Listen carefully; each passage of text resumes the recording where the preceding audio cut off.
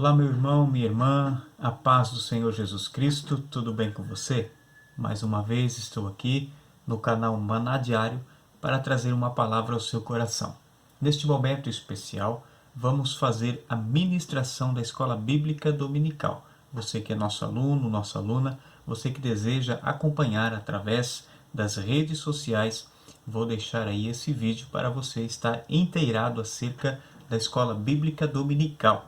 Estaremos neste momento trazendo a segunda lição, ou a lição de número 2, com o título A Sublimidade das Bênçãos Espirituais em Cristo. O texto áureo da lição de hoje diz assim: Bendito Deus e Pai de nosso Senhor Jesus Cristo, o qual nos abençoou com todas as bênçãos espirituais nos lugares celestiais em Cristo. Esse texto se acha em Efésios, capítulo 1, e versículo de número 3. A verdade prática diz assim: Deus nos elegeu em Cristo antes da fundação do mundo para que desfrutássemos das bênçãos espirituais. A leitura bíblica em classe você pode acompanhar também na sua Bíblia. Se acha na carta de Paulo aos Efésios, capítulo de número 1, versículos 3 e 4, e também os versículos 9 até o 14. Diz assim a palavra: Bendito Deus e Pai de nosso Senhor Jesus Cristo, o qual nos abençoou com todas as bênçãos espirituais nos lugares celestiais em Cristo, como também nos elegeu nele antes da fundação do mundo, para que fôssemos santos e irrepreensíveis diante dele em amor, descobrindo-nos o mistério da sua vontade, segundo o seu beneplácito, que propusera em si mesmo, de tornar a congregar em Cristo todas as coisas, na dispensação da plenitude dos tempos, tanto as que estão nos céus, como as que estão na terra. Nele, digo, em quem também fomos feitos herança, havendo sido predestinados conforme o propósito daquele que faz todas as coisas, segundo o conselho da sua vontade. Versículo 12. Com o fim de sermos para louvor da sua glória, nós, os que primeiro esperamos em Cristo, em quem também vós estáis, depois que ouvistes a palavra da verdade, o evangelho da vossa salvação, e tendo nele também crido, fostes selados com o Espírito Santo da promessa, o qual é o penhor da nossa herança, para a redenção da possessão de Deus, para louvor da sua glória. Primeiramente, eu quero deixar esclarecido para você uma palavra que eu li aqui na leitura bíblica em classe, que é beneplácito. Se você não sabe o que significa beneplácito, é aprovação, consentimento. Portanto, o versículo diz assim, versículo 9: Descobrindo-nos o mistério da sua vontade segundo o seu beneplácito, ou segundo o seu consentimento, segundo a sua aprovação, que propusera em si mesmo. Então, Paulo está trazendo esta carta aos Efésios, como já falei na aula passada, e agora nós vamos ver um pouco sobre a sublimidade das bênçãos espirituais que há em Cristo Jesus. Os objetivos desta lição são refletir a respeito da nossa nova posição em Cristo Jesus, evidenciar a realidade de uma vida cristocêntrica neste mundo e também explicitar que o Espírito Santo desempenha importante papel no plano da salvação de Deus. Portanto, meus irmãos, esteja atento às palavras e também às citações bíblicas. Você que deseja sempre acompanhar e aprender mais da palavra de Deus, vamos juntos crescer na graça e no conhecimento que há em Cristo Jesus. Deus, em Cristo, estava então reconciliando o mundo consigo mesmo. Essa é uma doutrina gloriosa que revela o imenso amor de Deus. Portanto, a carta aos Efésios vai nos revelar este imenso amor de Deus, assim como os evangelhos também revelam que Deus, através de Cristo, está reconciliando consigo o mundo que está perdido no pecado, através da herança adâmica do pecado, agora Deus, ele oferece o seu próprio Filho para que ele venha a ser então um instrumento de bênção, um instrumento de resgate para toda a humanidade. Glória a Deus por isso. Vamos entrar então no assunto da nossa lição.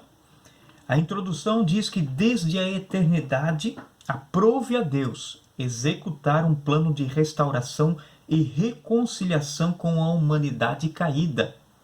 O apóstolo Paulo se mostra profundamente agradecido pela revelação do mistério que estivera oculto desde todos os tempos. Então Paulo vai trazer aqui uma revelação pelo Espírito Santo de Deus que o inspirou a escrever a carta aos Efésios, trazendo então esta revelação dos mistérios de Deus para todos nós. A partir dessa escritura, todos nós então temos o acesso a esta revelação dada a Paulo através do Espírito Santo. O tópico 1 fala sobre a nova posição em Cristo. Qual é a posição que você ocupa hoje? Quais foram as posições que você já ocupou durante a sua vida? Cargos, funções, posições, status. Então Paulo vai trazer sobre a nossa nova posição em Cristo Jesus. Em que lugar nós estamos agora? Agora nós somos feitos filhos de Deus. E agora nós estamos numa posição privilegiada por Deus e em Cristo. Não que somos melhores que ninguém, mas através de Cristo nós agora estamos justificados perante o nosso Senhor. Paulo diz assim: estávamos perdidos e condenados à morte eterna, mas por sua infinita graça, Deus nos outorgou em Cristo o privilégio da salvação. Após expor os versículos de abertura da epístola, no capítulo 1, versículos 1 e 2, o apóstolo Paulo apresenta uma sequência de adoração a Deus. E o apóstolo dá sequência até o versículo 14 do capítulo 1, por meio de um maravilhoso tributo eterno e suas muitas bênçãos concedidas aos homens. Esse tributo ao Deus eterno, através das bênçãos que ele tem concedido aos homens, Paulo expressa as suas palavras de gratidão. Nós falamos um pouquinho sobre isso na aula passada. Você que não pôde acompanhar, você que não esteve ainda acesso ao conteúdo, você pode buscar ali a primeira aula da IBD, a primeira lição, no canal Maná Diário, e com certeza você vai encontrar ali também este estudo maravilhoso sobre o primeiro encontro da nossa escola bíblica dominical. E aqui nós vamos ver Paulo dando glórias a Deus por tudo que Deus tem feito e através da sua gloriosa graça que tem nos alcançado. Portanto, Paulo expressa ali palavras de adoração e de gratidão a Deus. E Paulo vai usar algumas palavras, algumas frases, e uma delas é a que diz assim: para louvor e glória da sua graça. Ou seja, tudo que Deus fez, o que Deus criou, é para louvor e glória do seu nome, da sua graça, da sua vontade. Aquele ao qual devemos adorar está identificado na expressão Deus e Pai de Jesus Cristo. Paulo vai dizer assim: a Deus e Pai de nosso Senhor Jesus Cristo. Aqui Paulo está trazendo então uma revelação, uma clara revelação acerca da deidade de Jesus, ou seja, dando uma ênfase à sua natureza divina. Como Filho de Deus, com essência divina, Cristo não foi apenas homem, mas 100% homem e 100% Deus, porque a sua essência é divina. As bênçãos espirituais.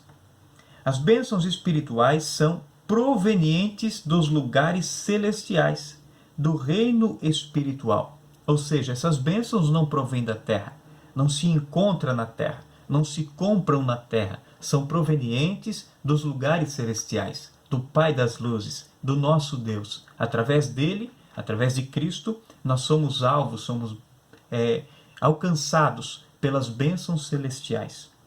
Também essas bênçãos são bênçãos tais como: Deus nos elegeu para sermos santos, predestinou-nos para sermos filhos, nos fez agradáveis para si, remiu-nos por meio do sangue de Cristo, acolheu-nos por sua vontade redentora, revelou-nos a palavra da verdade. selou-nos com o Espírito Santo da promessa. São tudo bênçãos que Paulo está revelando aos Efésios. E garantiu a validade desta promessa, a validade deste selo, né? E tais bênçãos provêm de quem? Provém de Deus, que planejou a redenção.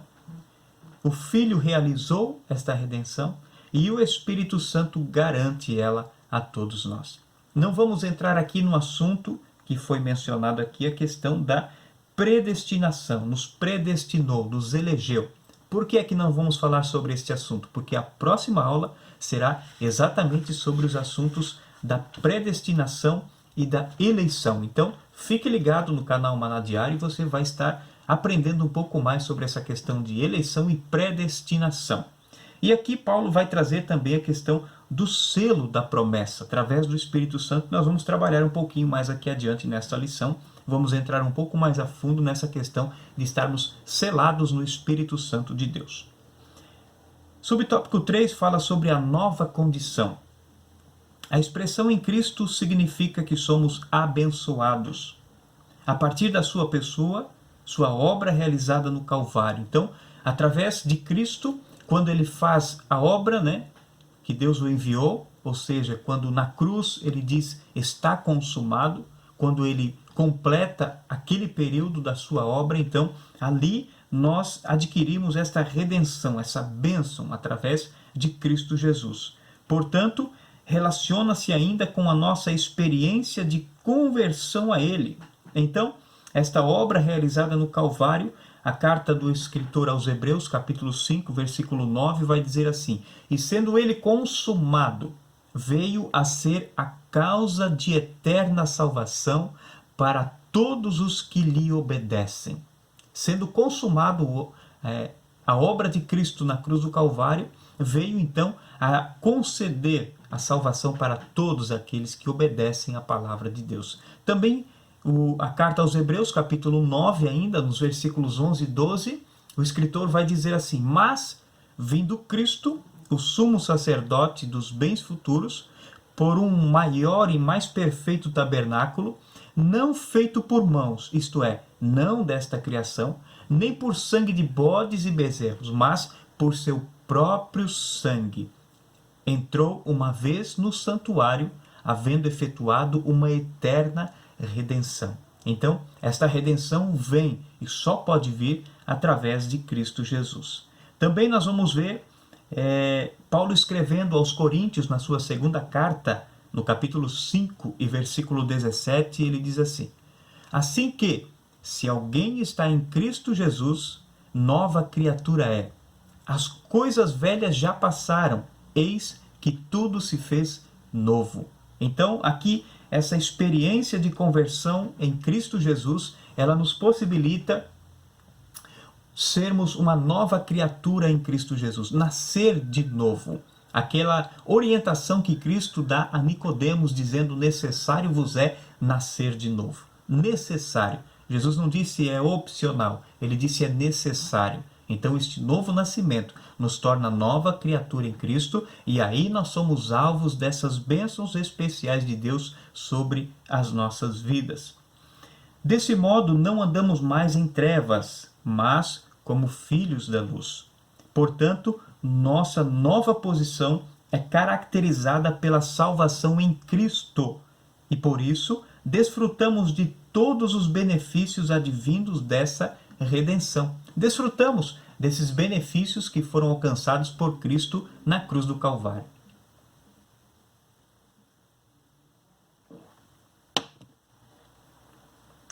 Vamos para o tópico 2 da nossa lição, então: uma vida cristocêntrica neste mundo. Embora o pecado tenha adentrado ao mundo, Deus projetou a primazia de Cristo na remissão dos pecadores e na restauração de todas as coisas para o louvor da sua glória. A revelação do mistério. A frase descobrindo-nos o mistério da sua vontade, é o que Paulo está trazendo aos Efésios, diz respeito aos decretos eternos de Deus, os quais ele planejara por sua soberana vontade, com o propósito de salvar os pecadores. Então Deus já tinha um plano de salvação. Quando Adão e Eva pecaram no jardim, desobedecendo a palavra de Deus, Deus não foi pego de surpresa. Deus não foi surpreendido. Satanás não enganou a Deus, de forma alguma. Deus jamais é surpreendido. Ele já tinha um plano de salvação para toda a humanidade através da sua presciência. Sua vontade foi executada conforme o seu desígnio, por intermédio de Cristo, para que o Filho em tudo tivesse a preeminência. Precisamos ter um pouco de cuidado aqui com esses assuntos, com essas questões, para não chegarmos no extremismo de que Deus também havia planejado a queda do homem. Deus não planejou que o homem pecasse, que o homem caísse. Deus o colocou no jardim para viver no jardim, cuidar do jardim, procriar e ser uma bênção nas mãos do Senhor. E ali então o homem ter uma vida de comunhão com Deus. Porém, Deus jamais é surpreendido. Deus, a dar a opção do livre-arbítrio para o homem e colocar no jardim a planta, que ele chamou de planta do conhecimento, fruto da ciência, do bem e do mal, ali Deus está dando uma opção para o homem, para ele ter um direito de escolha, para ele não ser mecanizado. E então, o homem, ao cair na astuta cilada do diabo, ao ser enganado pelo Satanás, ele então, Deus precisa colocar em prática este plano de salvação para a humanidade. Mas não que Deus induziu o homem ao erro, colocando a árvore propositalmente para que o homem errasse, de forma alguma. Então temos que ter um pouco de cuidado nessas questões para não entrarmos em áreas extremas que não compete a nós determinar uma coisa ou outra coisa. Aí nós vamos ver então Deus trazendo essa ação através do Filho, na sua preeminência, na sua presciência, trazendo então um escape, um livramento para a humanidade. A questão da plenitude dos tempos. Paulo ele vai revelar que o plano divino é fazer convergir em Cristo todas as coisas. Quando ele escreve aos Efésios, ele diz que o plano de Deus é que Cristo seja o centro de conversão, como se fosse uma rótula, uma rotatória, um retorno. Quando você está seguindo por um caminho, por uma direção, você chega num ponto específico onde há uma opção para você retornar. Ali Cristo é colocado na caminhada do homem, na vida do homem, para que este, indo de caminho de encontro ao abismo, indo à perdição eterna, ele se encontre com Cristo, aceite a Cristo como seu Salvador, receba a Cristo na sua vida, receba o propósito de Deus na sua vida e converja ao seu caminho. Volte, não que ele tenha que voltar na vida, mas que ele tome um rumo, uma direção diferente. Essa direção qual é? É a direção dada pela palavra de Deus, pelo Espírito Santo de Deus. Então implica dizer que todo o universo, céus e terra, estarão submissos à autoridade e soberania de Cristo. A Bíblia diz que diante dele todo joelho se dobrará e toda língua confessará. Nesse sentido, a ruptura provocada pelo pecado de Adão é restaurada completamente em Cristo. Então, aquela vida de comunhão com Deus que Adão tinha lá no jardim, hoje nós podemos ter com Deus através de Cristo Jesus. Essa declaração não tem conotação universalista. A ideia de que no fim, todos serão salvos, mas que finalmente tudo será como Deus planejou. Então, mais uma vez, refutando ideias aqui adversas, contrárias aos nossos entendimentos da palavra de Deus, esta linha de pensamento universalista vai dizer que no final Deus não vai condenar ninguém porque ele é amor. A Bíblia diz que Deus é amor, mas também que ele é justiça. Portanto, ele não vai contra as suas próprias leis. Por isso que Deus já colocou a opção de Cristo. Porque se no final Deus salvasse e resgatasse toda a humanidade, Cristo não precisaria morrer pelos pecadores. Então Cristo morreu para que todo aquele que nele crê, como disse João, escrevendo lá, disse Jesus, e João escreveu no capítulo 3, versículo 16 do Evangelho de João, todo aquele que nele crê não pereça, mas tenha vida eterna. Então Cristo é a opção para a salvação eterna. E aí nós vamos ver que esse pensamento universalista vai dizer que no final Deus vai salvar a todo mundo, e não é verdade isto. Cristo, a cabeça da igreja e também de todo o universo. A dispensação ou a administração desse plano será na plenitude dos tempos. Qual é essa plenitude dos tempos? A palavra grega utilizada aqui para tempos não é a palavra cronos, que traz uma ideia de cronologia, mas a palavra grega aqui utilizada é kairos, que se refere ao tempo divino previamente determinado para que todas as coisas estejam sob o domínio de Cristo. Atos, capítulo 1, versículo 7, está escrito assim: E disse-lhes, Jesus disse aos seus discípulos, não vos pertence saber os tempos ou as estações que o Pai estabeleceu pelo seu próprio poder. Portanto, Deus havia estabelecido tempos e estações aos quais naquele momento não seria revelado aos discípulos de Cristo. Louvor da sua glória. O apóstolo enfatiza que as bênçãos são destinadas aos crentes judeus e gentios, ou seja, a toda a igreja. Naquele período havia uma certa rixa, uma certa divisão entre gentios e judeus, né? Os herdeiros da promessa abraâmica e tudo mais. Só que ali Paulo está dizendo, esta promessa em Cristo Jesus agora ela é para toda a humanidade. Não há diferença entre um e outro, mas todo aquele que aceita Cristo terá a garantia da vida eterna. Por conseguinte, tudo o que somos, fazemos ou possuímos vem de Deus, pois começa na sua vontade e culmina na sua glória. Aleluia. Sobre o tópico 3, vamos falar aqui um pouquinho sobre o Espírito Santo, penhor da nossa herança. O selo do Espírito Santo. Aquele que ouve a palavra de Deus, o Evangelho da Salvação, e que por meio da fé se rende a Cristo, recebe o selo do Espírito Santo no momento da sua conversão. Efésios capítulo 4, versículo 30, vai dizer assim, não entristeçais o Espírito Santo de Deus, no qual estáis selados para o dia da redenção. Então aqui, mais uma vez, Paulo vai frisar e fortalecer esta doutrina, dizendo aos Efésios que eles não devem entristecer o Espírito Santo, porque é nele que estão selados para o dia da redenção. Então, nos tempos bíblicos, para você compreender um pouquinho a questão do que é o selo, esse selo ele era usado como um sinal de propriedade, de posse pessoal. E aí, ao conceder o Espírito Santo ao crente, Deus identifica os que pertencem a Cristo, pois o Espírito testifica daqueles que são filhos de Deus e o maligno não lhes toca. Então este selo, este penhor através do Espírito Santo é uma garantia, uma certeza de que nós pertencemos a Deus. Fomos comprados com o sangue do Cordeiro, selados com o Espírito Santo da promessa e pertencemos a Deus. Este selo também vai trazer o exemplo lá de Apocalipse, quando o Cordeiro abre a carta e quebra os seus 7 selos que estavam selados naquela carta. Então, esses selos rompidos é sinal de que foi aberto. Agora, quando o crente está selado com o Espírito Santo, ele precisa também ter o cuidado para que este selo não seja quebrado, não seja rompido, para ele achar despreparado diante de Deus. Davi, o salmista Davi, ele escreve no seu salmo dizendo assim na sua oração a Deus, pedindo que Deus não retirasse dele o seu Santo Espírito, pedindo para Deus dar-lhe a alegria da salvação.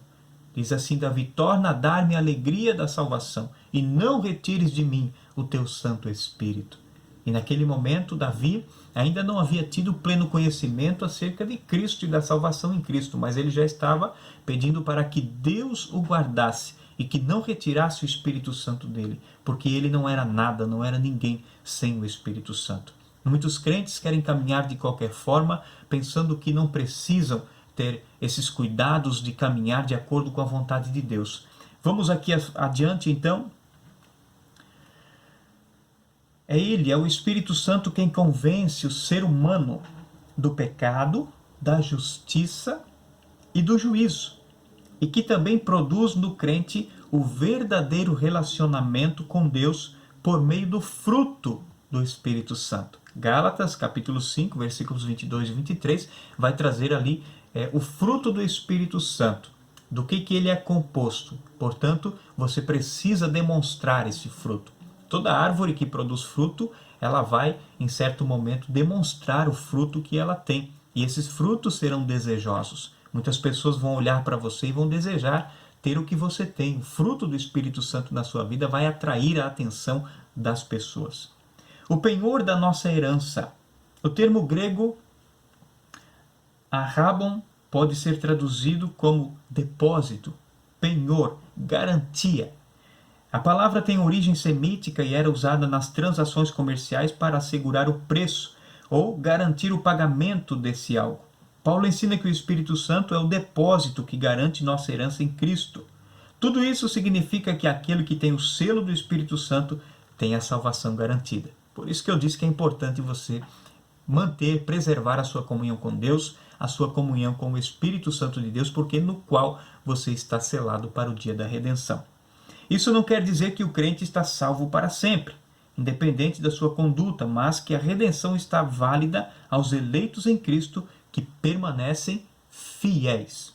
Mateus 24:13 diz que precisamos permanecer fiéis até o fim. Apocalipse vai frisar muitas vezes a permanecermos fiéis, a vencer para herdar a vida eterna. Que você possa permanecer firme no Senhor, tendo em si a presença do Espírito Santo, para vencer as adversidades da vida e poder chegar no céu com alegria, não tendo do que se envergonhar.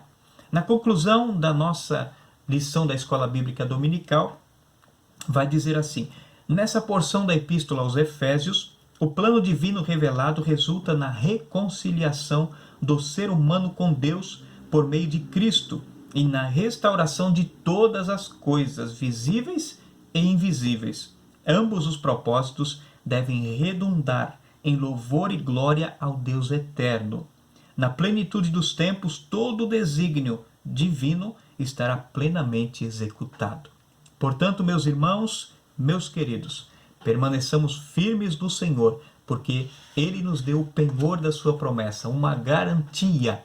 Ele disse aos seus discípulos: se eu não for, se eu não subir ao Pai, eu não posso enviar outro Consolador, mas se eu for, rogarei ao Pai, e outro Consolador virá com vocês, o qual estará com vocês até a consumação dos séculos. Então, até o tempo do fim, até o momento oportuno, pré-definido ou determinado por Deus, é o Espírito Santo, o qual está conosco, o qual testifica que somos filhos de Deus. Aquele que está selado no Senhor, está guardado no Senhor e pertence a Ele. Encerramos aqui a nossa lição de Escola Bíblica Dominical. Na próxima lição vamos estar trabalhando o assunto eleição e predestinação. Leia a carta aos Efésios para ficar mais inteirado acerca do assunto. Participe, se inscreva no canal, #Manadiário, e você vai ter sempre uma palavra de Deus ao seu coração. Que Deus abençoe em Cristo Jesus.